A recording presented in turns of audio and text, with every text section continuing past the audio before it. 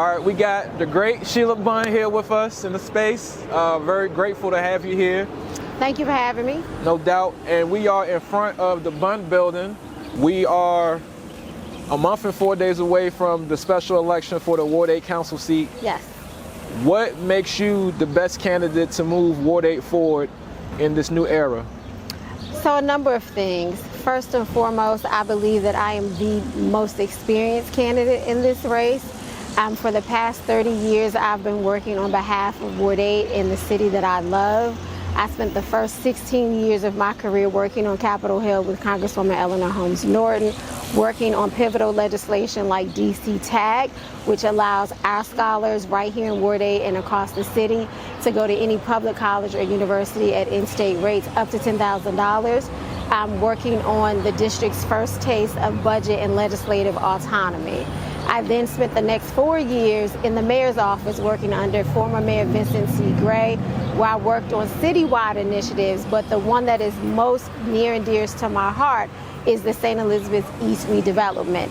And from that work, we now have Care First Arena. We have Sycamore and Oak incubating 10 black businesses. We have housing. We also now have the new Cedar Hill Regional Medical Center. And then I just spent the last 8 years at the DC Council working on legislation that has helped not just Ward 8, but the city. I also spent time at the Office of the People's Council making sure that residents in Ward 8 and across the city had fair and affordable utility services. And then I'm a daughter of Ward 8. I grew up right here in the Bunn building that's behind me on MLK Avenue, right here in the heart of Congress Heights, watching my father, the late James Bunn, doing for this community what I want to do, making sure that the residents, that the small businesses had a seat at the proverbial table. Affordable housing, economic development, and food sovereignty and education counts among your... And public safety. Public safety, definitely. They count among your priorities. Yes. So coming into office, which one, if you could pick one, would you focus on most immediately, and how would you plan on, going about tackling that? Most immediately, I don't know if I can pick one. No problem. I would think public safety for sure, because I want to make sure that our community not just feels safe, excuse me, but is safe. I think part of that is making sure that our Metropolitan Police Department is shored up in terms of staffing so that they have the right number of officers, whatever that number is, so that we can for sure see officers walking the beat. That is what I've heard the most as I've been talking to neighbors across the ward. They want to see presence in our neighborhoods, not just sitting in cars, but making sure that officers are making connections with business owners and residents.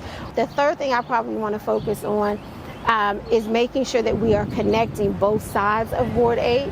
As you know, Navy Yard is now part of Ward 8, and I've heard that they don't feel included on this side of Ward 8. So doing things to make sure that I'm present in all of our neighborhoods, and I want to make sure that we are focused on our students. We need to listen to our young people. As electeds, as community leaders, we oftentimes prescribe this is what needs to be done to solve a problem for a young person, but we haven't said to them, Sam, how can we help you? What do you need to feel successful? What is going to make you want to go to school and not skip school? So I think that is the starting point for me, is having those conversations.